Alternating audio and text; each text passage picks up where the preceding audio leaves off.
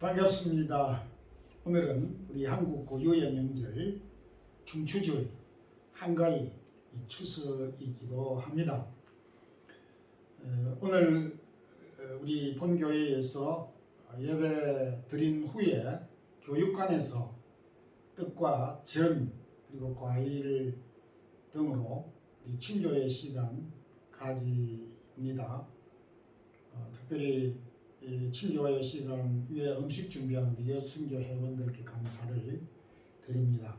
그리고 친교회 시간 이후에 우리 남성교회 주최로 체육대회가 있다고 합니다. 광고를 들으신 대로 준비해서 많이 참석해 주시면 고맙겠습니다. 그리고 다음 주일부터 9월 18일 셋째 주일부터 일부 예배를 오전 10시 15분에 일부 예배를 드리는데 우리 출장자들과 또 주일학교 교사 중심으로 드리고 우리 일반 성도님들은 2부 11시 30분에 이전대로 그렇게 참석해 주시면 대단히 감사하겠습니다. 다 같이 우리 사도신경 고백함으로 9월 둘째 주일 예배 드리겠습니다.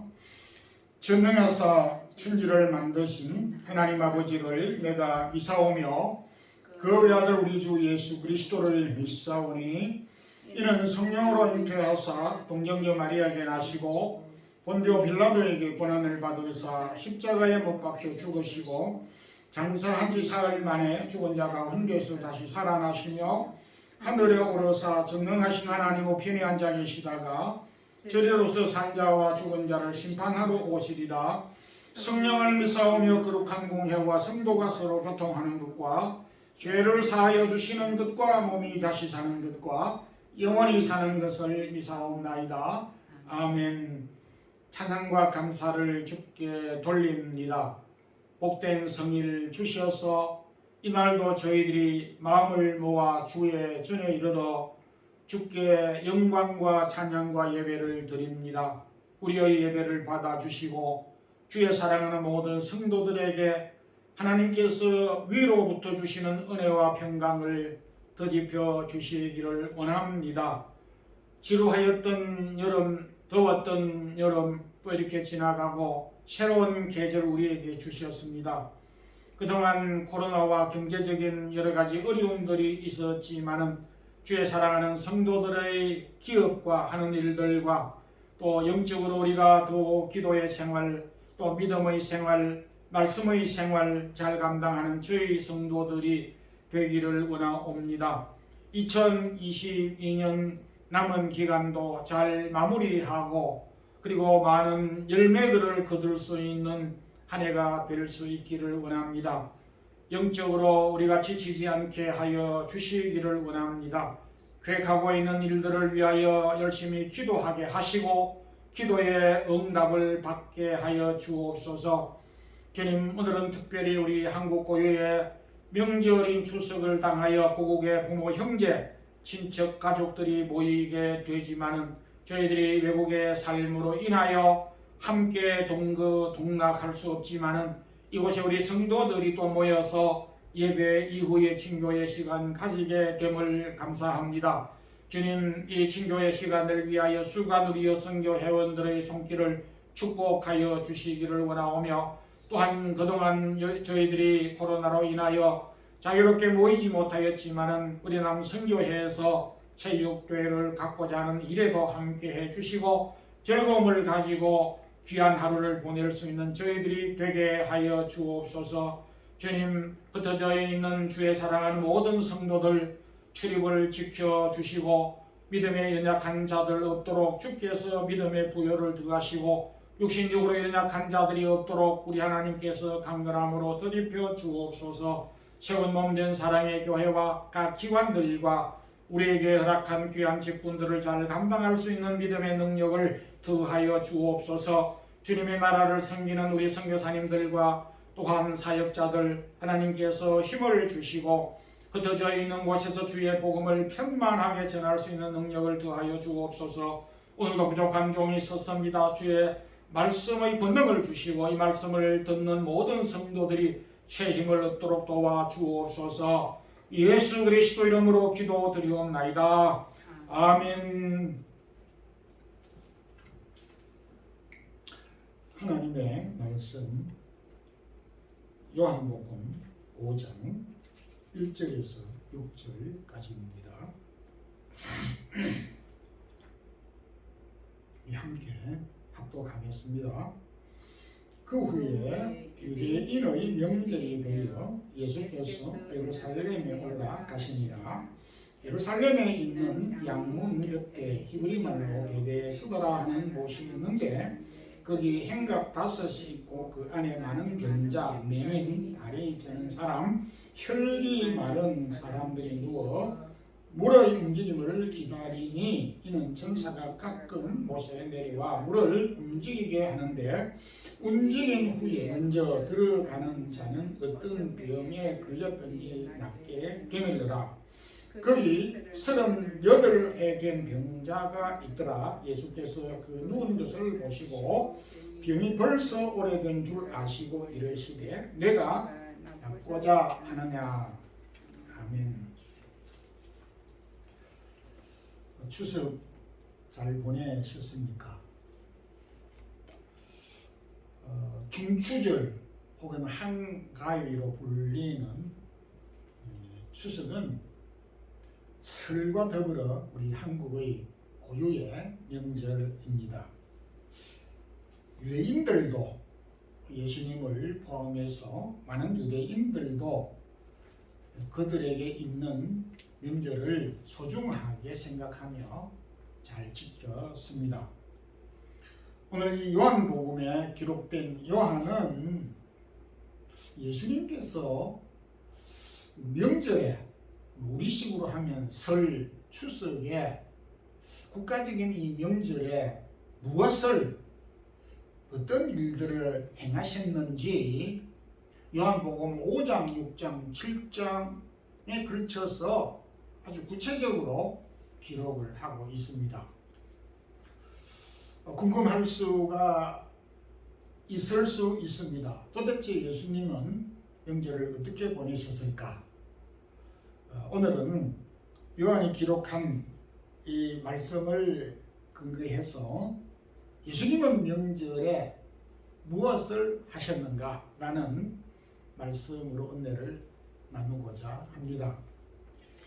먼저 우리 주님은 명절에 병든 자를 찾아 고쳐 주셨습니다. 일반적으로 한국에서 명절은 도시에서 주로 시골로 그렇게 내려갔습니다. 금년 2022년 이 추석 명절에 우리 인구가 약 5천이라 생각할 때에 인구의 5분의 3에 해당하는 3천만 명 이상이 움직였고 이동하였다라고 뉴스에서 그렇게 발표하였습니다. 인구 대이동이라 할 만할 정도로 많은 사람들이 인구의 3분의 2 이상이 명절을 지키기 위해서 준비하고 참여했다는 점에서 참으로 큰 명절이 아닐 수가 없습니다. 반면에 유대인들의 경우의 명절은 한국과 정반대로 시골과 변두리에서 수도로 도시로 그리고 예루살렘으로 모두 모이게 됐습니다. 그것은 예루살렘에 성전이 있고 명절에 그 성전에서 예배하고 제사를 드리기 위해서 모두 예루살렘을 찾았던 것입니다. 그런데 예수님은 이 소중한 명절에 예루살렘 성전으로 가셔서 당시 명절에서 행하였던 제사나 예배를 드리지 아니하시고 베데스다, 물론 예루살렘 가까운 곳이긴 하지만은 예루살렘 가까운 베데스다 연못을 찾았습니다. 그곳에는 많은 병자들이 누워 있었기 때문입니다. 3절에서 어떤 병자들이 그곳에 모였는지를 잘 기록하고 있습니다. 그 안에 많은 병자, 맹인, 다리 드는 사람, 혈기 마른 사람들이 누워서 물이 움직이는 것을 기다리고 누워서 앉아서 있었다라고 말씀을 하고 있습니다. 주님께서 왜 이 명절에 하필 이 베데스다 연못을 찾아셨는지 그 이유를 충분히 알 수가 있습니다. 주님은 베데스다 연못을 찾아서 그 많은 병자들 가운데 38년 된 병자를 찾아서 그에게 이렇게 말씀하셨습니다. 내가 낫고자 하느냐? 이렇게 물었습니다. 좀 우문일 수도 있습니다. 38년 된 병을 가지고 있는 사람에게 낫고자 하느냐라고 하는 질문은 맞지 않을 수도 있습니다. 그럼에도 왜 예수님께서 뻔히 알면서도 이런 질문을 하셨을까? 우리는 깊이 생각해 볼 필요가 있습니다. 그런데 이 질문에 간절함을 가지고 예 정말 낫고자 합니다. 내 평생 소원입니다. 이렇게 답변을 하면 좋으련만 이 38년 된 병자는 7절에서 나를 이 연못에 넣어줄 사람이 없어서 내가 이 연못으로 내려가는 동안 다른 사람이 먼저 내려갔습니다. 어찌 보게 되면 질문도 대답도 이렇게 서로 맞지 않는 듯 해 보이기도 합니다. 38년 된 병자의 대답 속에는 자신이 38년 동안 고생하고 병을 고치지 못한 것은 주변에 앉아있는 다른 병자들 때문에 기회를 놓친 것처럼 이렇게 생각하는 피해의식을 가지고 있었습니다. 나무랄 수는 없지만은 사람이 오래도록 아프다 보면 이런 피해의식을 가질 수 있다는 것도 생각해 볼 수가 있습니다. 오늘 주님과 38년 된 병자의 대화 속에 우리의 마음을 아프게 하는 것은 38년 된 이 병자의 고백입니다. 나를 도와줄 사람이 아무도 없습니다. 당신은 명절입니다. 그리고 곁에는 예루살렘 성전이 있고 예루살렘 순회를 하는 사람들이 인산행위를 이루었습니다. AD 37년경에 살았던 역사가 유대인 역사가 요세푸스라고 하는 유명한 역사가가 있습니다. 그가 엄청난 많은 방대한 기록을 남겼는데 이 당시에 예루살렘을 방문한 사람들의 숫자는 무려 200여만 명이 된다라고 그의 역사서에 기록을 하고 있습니다.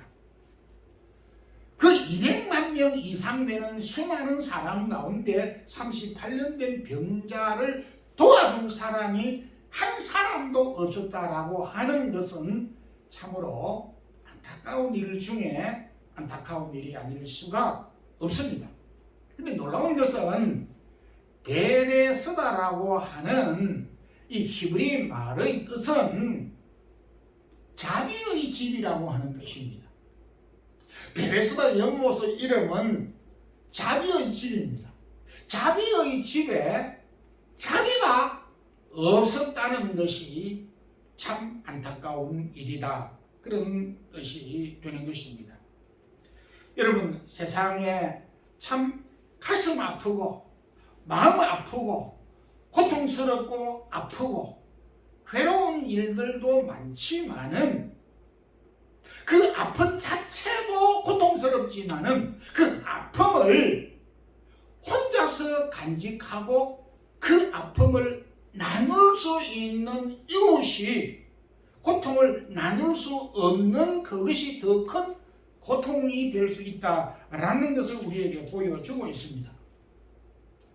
그런 점에서 비록 저희들이 부모, 형제, 가족, 고국을 떠나서 이곳에 와서 살지만은 그래도 저희들이 매주일 얼굴과 얼굴을 대면하고 대화를 하고 코로나 이전에는 예배를 마치고 난 다음에 반드시 식사의 교제를 하고 각 기관별 모임을 가지고 대화를 하고 나의 아픔을 이야기하고 또 받아주고 서로 위로하고 격려하고 같이 음식을 먹고 같이 대화를 하고 같이 영적으로 우리가 하나님을 찬양하고 예배할 수 있다는 이 공동체 속에 우리가 살아가고 있다라고 하는 것이 얼마나 소중하고 가치 있고 축복된 것이냐 하는 것을 이 38년 된 병자의 고백을 통해서 우리는 깨달아야 되고 알아야 한다라는 말씀입니다. 바울은 로마교회에 보낸 편지 가운데 로마서 12장 15절에 즐거워하는 자들과 함께 즐거워하고 우는 자들과 함께 더불어서 같이 울라라고 동거동락하는 삶을 살기를 우리에게 요청하고 있습니다.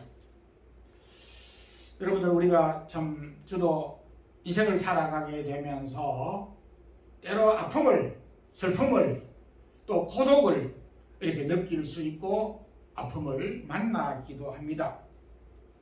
누가 나의 아픈 상처를 건드리기만 하면 펑 터지는 아픔을 대부분의 사람들이 가지고 있습니다. 그런데 이와 같은 고통들을, 아픔과 슬픔들을 나눌 수 없다는 것, 이것이 더 큰 아픔이고 슬픔이라고 하는 것이, 주님은 그 많은 사람 가운데 다 병을 고쳐주지는 아니하셨지만 대표적으로 단 한 사람, 그 가운데서 가장 오랜 병을 가지고 있고 가장 고통을 많이 겪었다고 생각하는 38년 된 병자를 대표적으로 찾아 위로하고 그 병을 고쳐주셨습니다. 언제? 명절에. 많은 사람들이 그를 쳐다보지 않았을 때 주님은 그에게 가까이 가서 그의 아픔을 물어보고 그리고 친히 능력으로 치료해 주셨습니다. 정말 여러분은 예수님처럼 병을 고칠 수 있는 능력은 없습니다.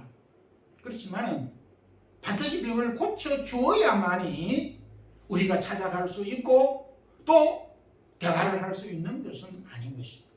우리가 할 수 있는 일은 찾아갈 수 있다는 것입니다. 대화할 수 있다는 것입니다. 사랑을 나누어 줄 수 있다는 것입니다. 금번 우리 명절 어저께 지나셨지만은 우리의 삶이 이와 같이 사랑을 나누고 긍휼을 공유하는 그런 삶을 사는 우리 성도들이 되기를 소망합니다. 아멘.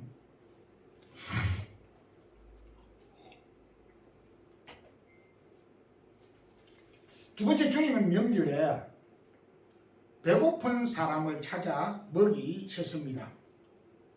요한복음 6장에서 기록되어져 있는 말씀으로 유대인의 가장 큰 명절인 유월절이 가까이 왔습니다. 6장 4절에서 마침 유대인의 명절인 유월절이 가까운지라. 앞서 말씀드린 바대로 최대의 명절인 유월절에는 많은 사람들이 이제 시골에서 예루살렘으로 모이게 되고 예루살렘에 있는 성전을 찾아서 제사를 드리고 하나님을 예배하고 경배하였습니다. 그런데 웬일인지 예수님은 예루살렘 성전, 그 성전에서 제사를 하고 하나님을 예배하는 것이 아닙니다. 갈릴리 바다 배를 타고 건너서 한 장소, 다른 성경에서는 베세다 광야라 그렇게 말씀하고 있습니다. 이 장소를 기술하고 있습니다. 그랬더니 이곳저곳에서 남자만 5,000명 이상 되는 많은 무리들이 예수님의 뒤를 찾아왔습니다. 배고픈 사람들이 예수님을 찾아온 것입니다. 당신은 이스라엘에게서 가장 최대의 명절, 가장 기뻐해야 하는 이 6월절 절기에 백성들은 굶주리고 있었습니다. 그들은 떡을 먹고 싶어 했습니다. 먹고 싶은 떡이 없었습니다. 그래서 예수님께 가면 떡을 얻어 먹을 수 있지 않을까 해서 예수님을 찾아 나섰던 것입니다. 무리들은 예루살렘 성전에 가는 것 자체를 포기했습니다. 예루살렘에 가서 하나님께 제사하는 것 자체를 포기해버렸습니다. 나하고 성전에 가는 것과 성전에서 제사하는 것이 무슨 소용이 있느냐, 이 배고픈 상태에서. 그래서 그들은 명절에 성전을 찾지 아니하였던 것입니다. 당시 유대 종교가 단도직입적으로 말하면 떡보다도 못했다는 것입니다. 유대 종교는 떡보다도 더 가치가 없었고 찾을 만한 이유가 없었더라고 하는 것입니다. 참으로 슬픈 일이 아닐 수가 없습니다. 성도 여러분, 제가 오늘 이 말씀을 드리지만은 유대 종교만이 떡보다도 못합니까? 오늘 우리가 살고 있는 이 시대의 종교들, 다른 종교는 말할 것도 없지만은 우리가 믿고 있는 그리스도, 기독교, 이 기독교가 과연 오늘 많은 무리들에게, 많은 세상 사람들에게 떡보다도 소중하냐? 이렇게 질문을 한다면 많은 사람들은 NO라고 분명히 말할 것입니다. 우리가 여기서 겪고 있지만은 우리 기독교에서 가장 크다고 말하는 명절인 부활주일과 성탄절 때 많은 사람들은 주님의 전을 찾아서 예배하지를 아니하고 오히려 주님과 더 멀어진 곳으로 떠나버리는 것입니다. 당시 유대교가 영향력을 잃어버렸고 군중들 마음속에 멀어져 버리셨듯이 오늘 이 기독교도, 저희가 믿고 있는 예수 그리스도도 많은 사람들의 마음에서 명절이 되면 될수록 멀어져 가고 있다는 슬픈 현실을 우리가 지금 살아가고 있다는 것입니다. 그러니까 근데 좀 그나마 적은 무리들이나마 하나님을 찬양한다는 것은 참 감사할 일이 아닐 수가 없습니다. 이사야는 일찍이 당시 사람들이 명절에 어떻게 하고 있는가를 뼈저리게 지적을 하고 있습니다. 이사야 1장 12절에 너희가 내 앞에 보이려고 나오고 마당만 밟고 간다라고 했습니다. 우리 한국 표현하고 비슷합니다. 보이기 위해서, 생색을 내기 위해서 왔다 이거지. 그리고 안 오면은 또 뭐 이렇게 잔소리를 많이 하고 그러니까 땅만 밟고 왔다가 가는 흉내만 냈다라고 하는 것입니다. 그러니까 오늘 우리식으로 말하면 나는 이번 6월절에 성전에 갔다 와서, 너희들은 왜 성전에 안 가? 나는 성전에 진작 새벽에 갔다 와서, 그리고 나는 모세가 율법에 근거해서 이번에는 이따만한 송아지를 내가 제사를 드리고 와서 만하면 됐지. 이사야가 지적한 것은 내용은 쏙 빠져버리고 형식만 남았던 종교 자체를 지적한 것입니다.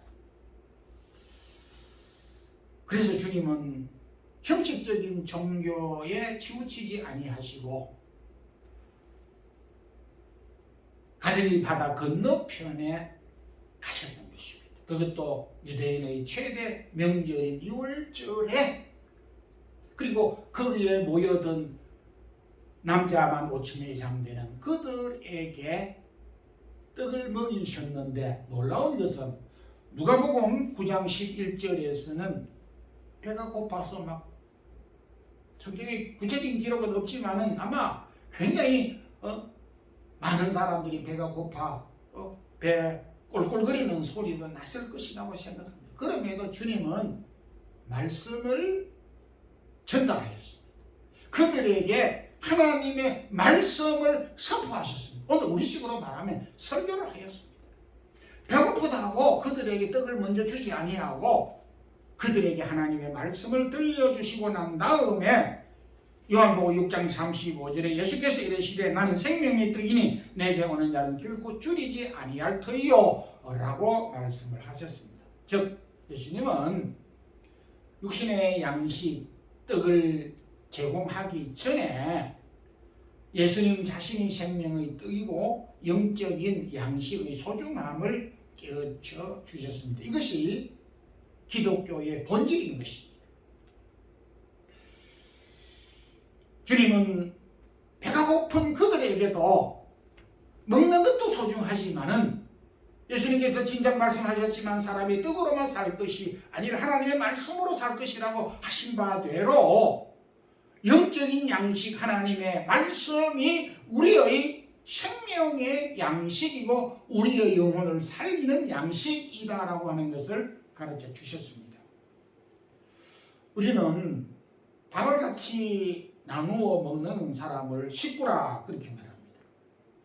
베드로 사도는 이 하나님의 말씀을 순전하고 신령한 저지라 베드로전서 2장 2절에서 이렇게 말을 하고 그리고 예수님은 생명의 떡이라고 말씀했고 마태복음 4장 4절에서는 하나님의 이 말씀을 떡이라고 직접 말씀을 하였습니다.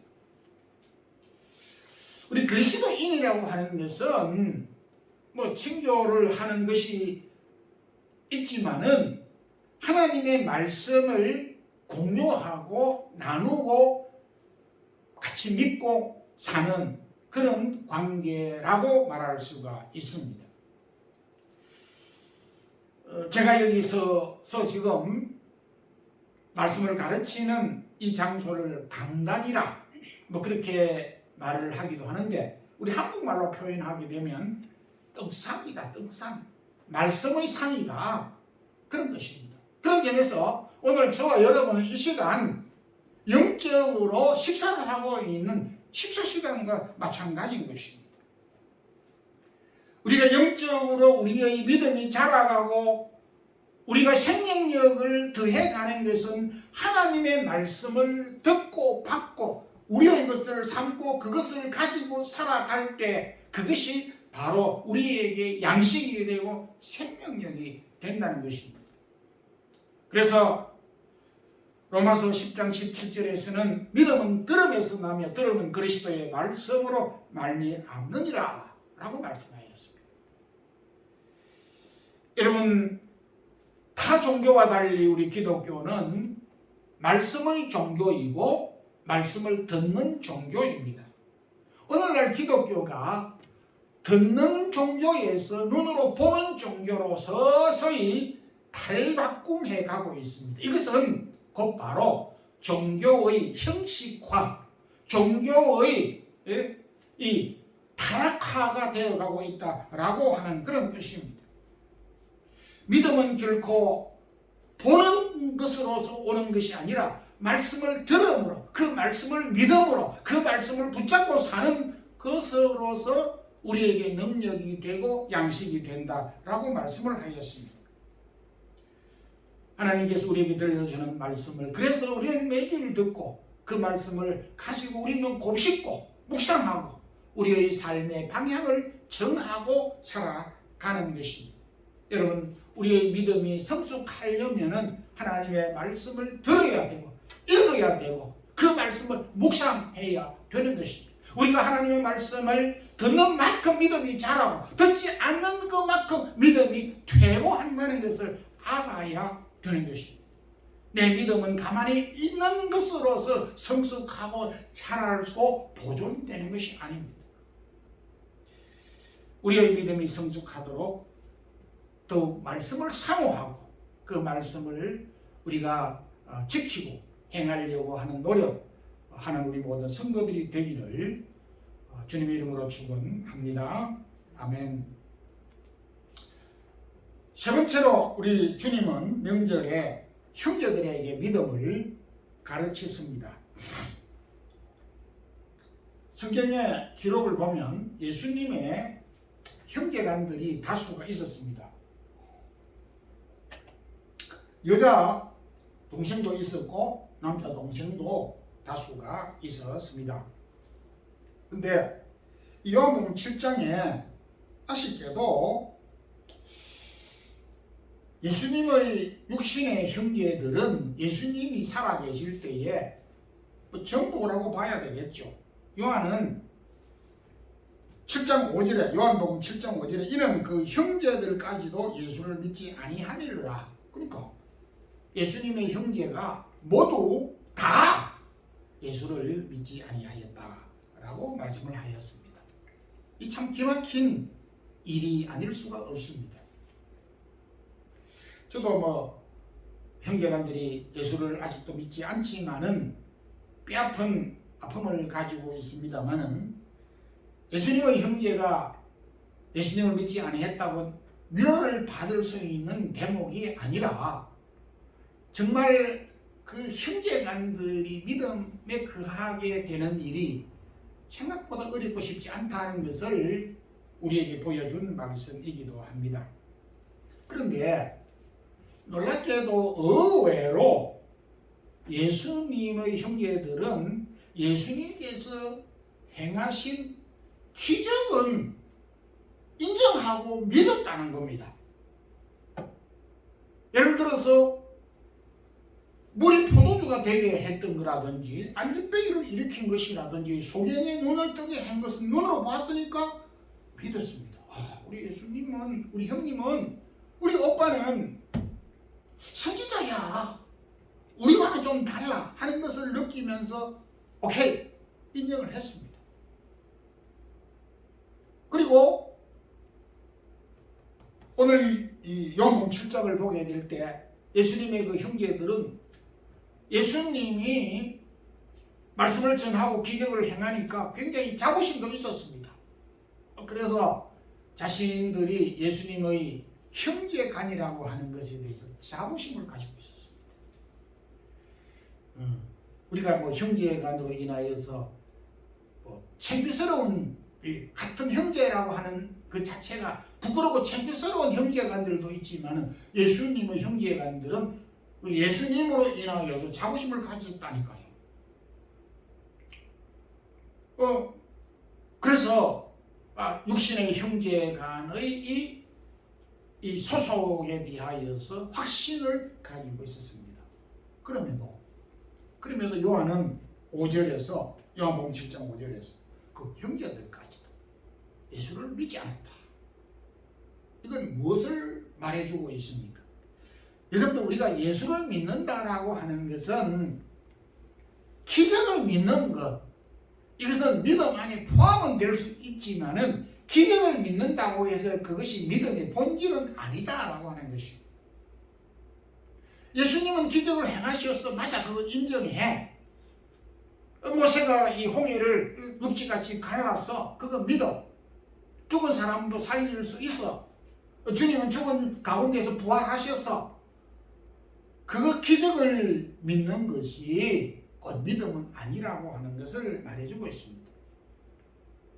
믿음의 한 요소일 수는 있지만 핵심적인 믿음의 본질은 아니다라고 하는 것을 우리에게 가르쳐주고 있습니다. 또 어떤 육신의 소속이 예를 들면은 나는 모태신앙이니까 나는 믿음을 가지고 있는 사람이야. 그렇게 생각하는 사람들도 생각밖에 많은 사람들이 그런 생각을 하고 있을 거라고 생각이 됩니다. 그런 이야기도 지금 많이 들었습니다. 모태신앙이고 나의 믿음, 우리 어머니의 믿음이 나의 믿음이다라고 동일시하는 것은 얼토당토 않는 궤변입니다.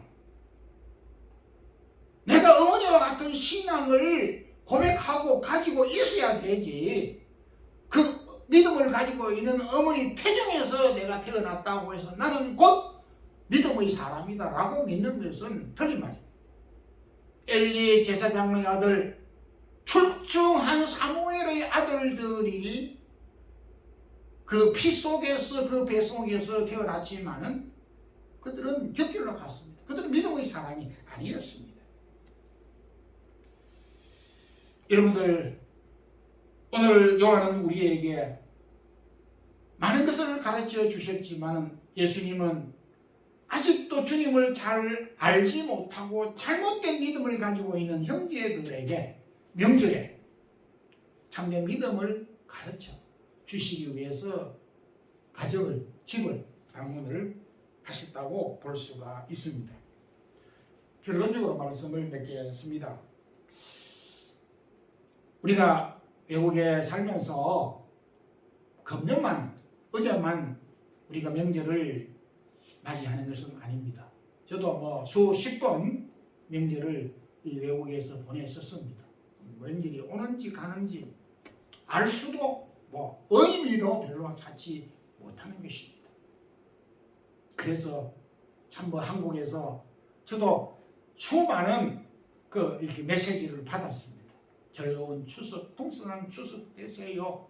보람된 추석 되세요. 그래서 답변을 이렇게 많이 보냈습니다.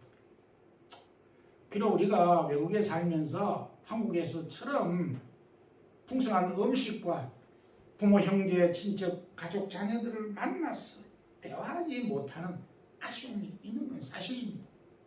그래서 안타까운 면도 없지 않아 있습니다. 그럼에도 주님은 이 명절에 무엇을 하셨는가 하는 것을 오늘 우리에게 보여주셨습니다. 저는 성경을 읽으면서 요한이 참 우리의 마음을 깨뜨고 있었구나. 요한이 우리의 마음을 아마 보여주셨구나. 예수님을 통해서 보여주셨다. 이렇게 생각이 되면서 오늘 이 말씀을 제가 준비를 하게 됐습니다. 여러분, 우리는 예수님처럼 38년 된 병자를 벌떡 일으켜 고쳐 세울 수는 없지만은 병자를 방문할 수는 있고 위로할 수는 있고 대화할 수는 있다는 사실. 주님은 명절에 병든 자에게 관심을 가지고 치료해 주셨습니다. 주님은 배고픈 굶주린 자를 먹이셨습니다. 우리가 오병이어의 기적을 주님과 같이 행할 수 없고 5천 명을 먹일 수는 없지만은 한두 사람에게 긍휼을 베풀 수는 있습니다. 우리는 외국에 살고 있기 때문에 부모 형제를 맨날 만날 수는 없지만은 사랑을 언제든지 시시각각으로 나눌 수 있고 공유할 수는 있습니다. 기쁨과 아픔, 그리스도의 사랑을 공유하는 그런 명절, 그런 추석, 또 우리가 추석을 맞이할 때 아쉬운 명절로 보내기보다는 명절에 무엇을 우리가 해야 될 것을 오늘 주께서 하신 말씀을 통해서, 주님께서 행하신 말씀을 통해서 우리도 한 사람을, 두 사람을 사랑을 베풀고 또 공유하는, 또 함께 나누는 그런 명절이 되기를 주님의 이름으로 축원합니다. 아멘. 기도드리겠습니다. 주님, 감사합니다. 민족마다, 개인마다, 국가마다 소중하게 여기는 날이 있지만은, 그러나 나라마다 명절을 소중하게 생각하고 있습니다. 우리 예수님께서도 명절을 소중하게 생각하셨고, 또 유대인들도 명절을 소중하게 생각하였던 것처럼 우리 대한민국 사람들도 추석과 또 설을 소중하게 생각하고 있습니다. 그래서 부모 형제를 방문하기도 합니다. 그럼에도 주님은 이 큰 명절에 그 많은 일들보다도 병든 자를 찾아셔서 고치셨고, 배고픈 자를 찾아셔서 먹이셨고, 자신의 육신의 형제들을 찾아 하나님의 말씀을 가르치고 믿음을 가르쳤던 것을 우리에게 보여주셨습니다. 주님, 우리가 명절을 맞이할 때마다 이 귀한 사실을 기억하고 오늘도 이웃과 또 가족들을 돌아보고 사랑 나누는 우리 모든 성도들 되게 하여 주시고 금번 명절이 또 지났지만은 금년 또 명절 기간 동안 오늘도 주신 말씀을 기억하고 행하는 주님과 같이 행하는 삶을 사는 우리 모든 성도들 되게 하여 주옵소서. 주의 사랑하는 성도들이 오늘 또 이렇게 추석을 맞이하여서 각종 음식을 준비하며 사랑의 손길을 폈습니다. 사랑하는 귀한 종들의 섬김과 수고를 기억하여 주시기를 원합니다. 주님, 또 오늘도 함께 동참하지 못한 성도들이 있을지라도 위로해 주시기를 원합니다. 주님, 오늘도 사랑하는 성도들이 몸과 마음과 또 아름다운 물질을 주 앞에 연락하였습니다. 주께서 받아주시고 저들에게 필요한 것들로 특별히 성도들의 기업을 축복하여 주시옵소서. 주 예수 그리스도의 크신 은혜와 하나님 우리 아버지의 무한하신 사랑과 성령의 교통하심이 명절을 맞이하여 주님께서 병든 자, 배고픈 자, 형제를 찾아셔서 긍휼과 사랑을 나눈 것처럼 오늘도 우리에게 명절이 올 때마다 주께서 행하신 것을 우리가 기억하고 이웃과 친족들에게 그리스도의 사랑과 그리스도의 긍휼을 함께 나누기를 소망하는 우리 모든 성도들에게 이제부터 영원토록 함께 있을지어다. 아멘.